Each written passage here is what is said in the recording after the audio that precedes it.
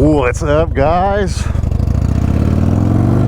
Welcome back to Motovlog Monday. That's right. I gotta try to fire it back up again. I've been slacking with motovlog stuff, and I know it doesn't get as many views, but you know what? I enjoy it. Anyway, we'll just make this one like a life update. It's Sunday currently, and I just got done working, so I don't work for anybody anymore. I'm doing my own thing. I am just a full-time tuner now. A big leap, definitely worth it. I still have my CDL. I can always fall back on that if this doesn't work out, but you know what? I think it's gonna work out, at least until the fall. We're just gonna go with it. I'm pretty confident that I'll be okay. I've been busy all week, every day with something.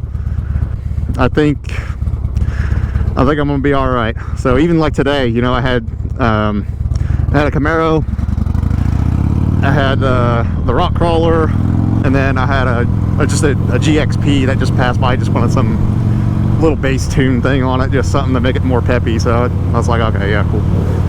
But I mean, and I still have a remote tuning I'm doing.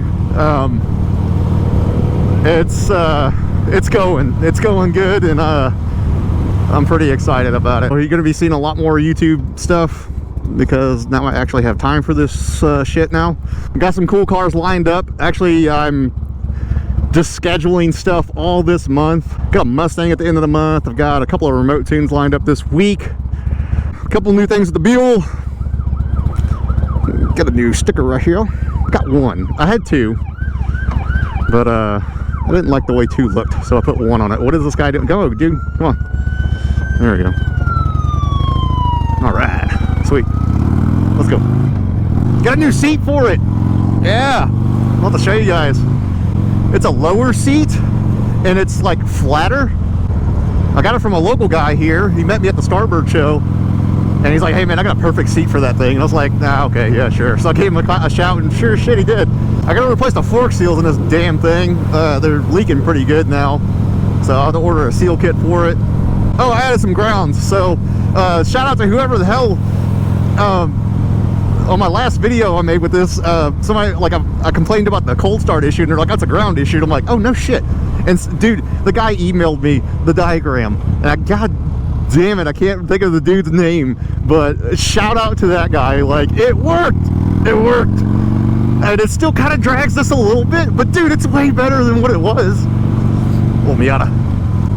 It's amazing when you have proper grounds and stuff, you know. It's just been running good. I gotta change the oil in it again. Looking for some handlebars. Like, I sat on so the guy I got the seat from, he has a Lightning Long, and I guess he didn't realize that they actually had a couple of different Lightning models. And let me tell you, the Lightning Long is a lot larger bike.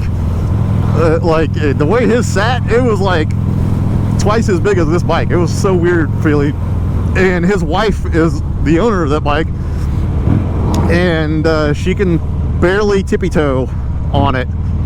I think that's why he bought that low seat, but it has the wrong length, so it would not work. Camaro, haven't done anything with it at all. I started it up today, actually. It's got a squeaky belt. I need to put an intercooler on it. I know Jonah's got one sitting in the shop. I think I'm just going to buy it from him, and then we're just going to fab it up. I started leaking some oil from that that return pump for the turbo, and I gotta figure out where that's coming from. And then I've got coolant missing.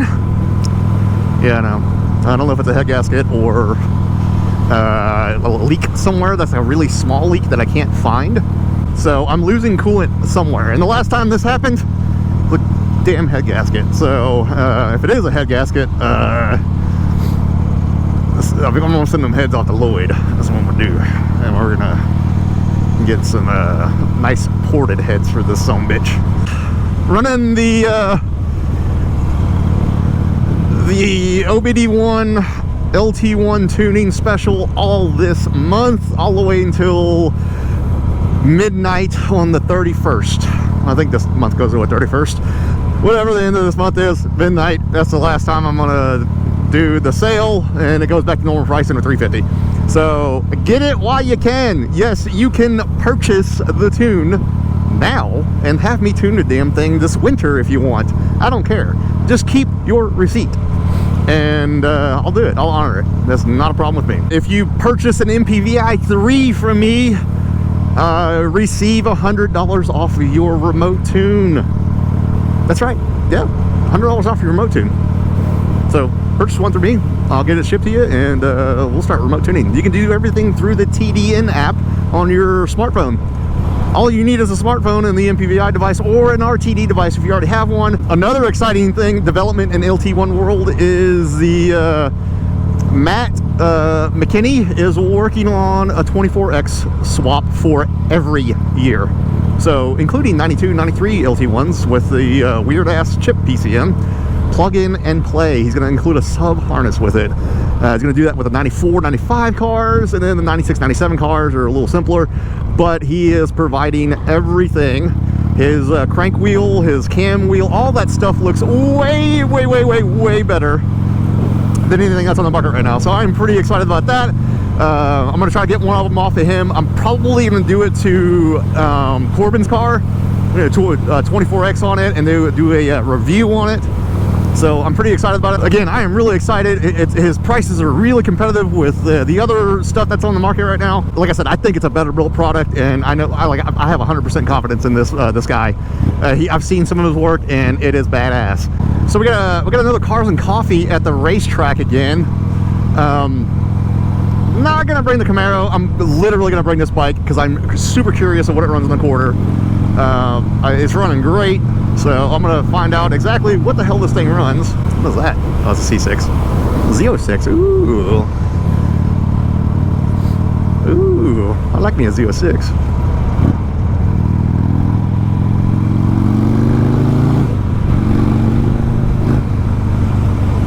But yeah, super curious of to what this thing will run. I'm guessing like a low 12 or a high 11. Just the way it runs. You know, I just see the pants kind of feel, so... On a bike, it just feels faster, but I really do think it's running probably a low 12 or high 11. It ain't nothing crazy, so. But hey, not bad for a archaic air-cooled V-twin. Why do you have your hazards on? What are you doing? Oh, you have your trunk popped. Oh, okay, that's cool. You guys remember when that was a thing, trunk popping? You remember like you had like an automatic trunk popper thing, and then you show off your sound system and stuff? I remember. Pepperidge Farmer remembers. Hey, remember spinners? Remember you had some spinners there, brother. Yeah. What happened to they used to call them Spreewells, because I think some guy named Spreewell had them. He was like a basketball player or something. Yeah, what happened to spinners? Those were cool. I miss spinners. And then you can go to Walmart and get the hubcap spinners too if you couldn't afford the real Spreewells. Those were fun. But yeah, if anybody knows what happened to spinners, let me know. Do they still make them? Because I haven't seen it in a very long time. It's literally probably been 15 years since I've seen a set of spinners on something.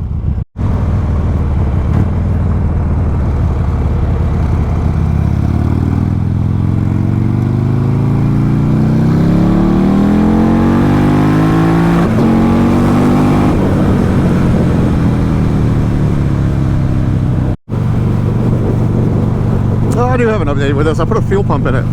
I think it was down on pressure, and then, so like part throttle and stuff was like really, I don't know, it just felt lean. I guess if you just mess with cars or vehicles and stuff for a while, you can kind of feel when something's like not running right, and it just felt lean. So I ordered the pump kit because I mean it's the original pump from 2004. And I replaced it, and sure as shit, it made a huge difference in the bottom end of this bike. The top end, I mean, not really, I guess. I mean, to me, it pulls the same. It might have picked up a horsepower or like 6. I don't know. Whatever. That ain't nothing to me. So, but no, the bottom end, man, it actually improved the throttle response of this thing tremendously. So that pump had been going out or something, but it had the original pump and the regulator and the fuel filter too, and there was a bunch of sediment coming out of that fuel filter. So the tank looked clean. Look really clean inside there, so nothing was broken, like no plastic random pieces or anything, so that's a good deal. But yeah, put a pump in this thing. It's actually pretty easy. Everybody kind of makes a big deal about them. because you gotta like drop the swing arm to put it in there.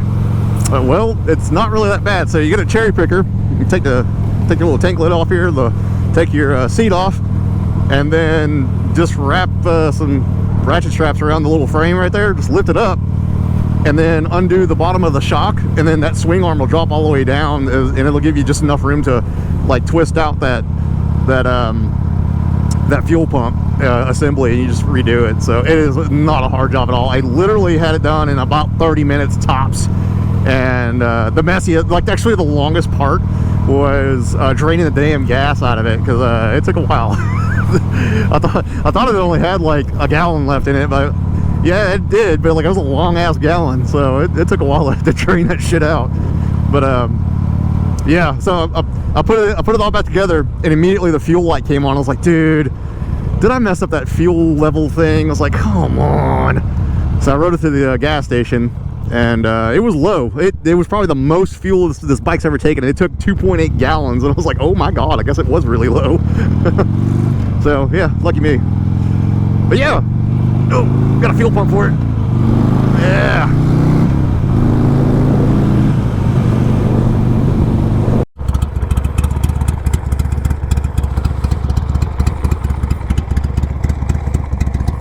Man, it's just a beautiful piece of machinery. It's just so simple. It's just so cool. I absolutely love this bike. It's glistening. Look at that thing.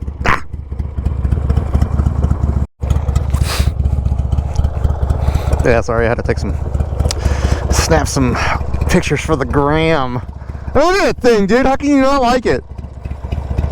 This is awesome.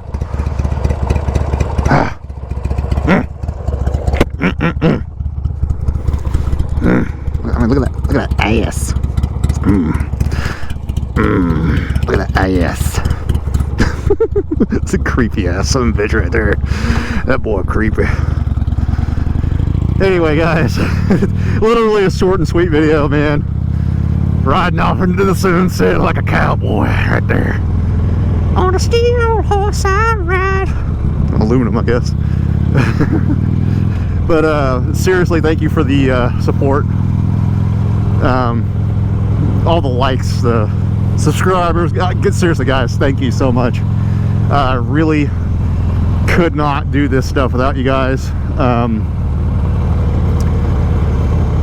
Yeah, I'm really grateful for it. So here's to new adventures.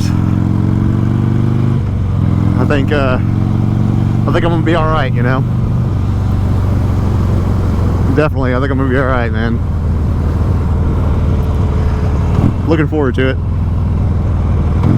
That's for damn sure. So anyway, guys, that's gonna do it for this one. Make sure you like and subscribe, do all that YouTuber stuff. Comment down below what you want to see, what you don't want to see. Catch you guys on the next one.